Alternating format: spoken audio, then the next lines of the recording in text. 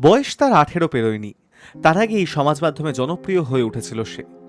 পাকিস্তানের এমনই এক নেট প্রভাবীকে ইসলামাবাদে নিজের বাড়িতেই গুলি করে খুন করার অভিযোগ উঠল। ঘটনাকে কেন্দ্র করে চাঞ্চল্য ছড়িয়েছে। পুলিশের সন্দেহ আততায়ী ওই নেট প্রভাবীর পরিচিত ছিলেন। প্রথমে সন্দেহভাজন ওই ব্যক্তির বাড়ির বাইরে নেট প্রভাবী সানা ইউসুফের সঙ্গে কথা বলেন। তারপরে বাড়িতে ঢুকে তাকে লক্ষ্য করে পরপর গুলি চালিয়ে যান।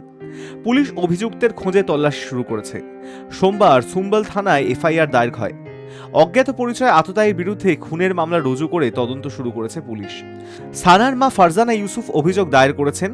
সানা টিকটক এবং ইনস্টাগ্রামে যথেষ্ট জনপ্রিয়। সমাজ মাধ্যমে তার ভক্তের সংখ্যাও কম নয়। 17 বছর বয়সী সানার হত্যার প্রতিবাদে সোচ্চার পাকিস্তানিদের একাংশ।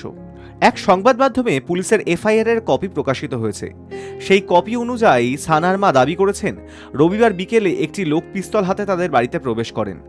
ফারজানার কথায়, আমার মেয়েকে খুন করার উদ্দেশ্যেই বাড়িতে ঢোকেন ওই ব্যক্তি এবং সরাসরি গুলি চালান। সানার বুকে গুলি লাগে। তৎক্ষণাৎ তাকে উদ্ধার করে হাসপাতালে নিয়ে যাওয়া হয়, কিন্তু বাঁচানো যায়নি। আততায়ীর বর্ণনা দিতে গিয়ে সানার মা জানান, ওই ব্যক্তির পরনে ছিল কালো জামা এবং প্যান্ট। তাকে যদি আবার দেখতে পান তবে চিনতে পারবেন বলেই পুলিশকে জানিয়েছেন ফারজান। High news network.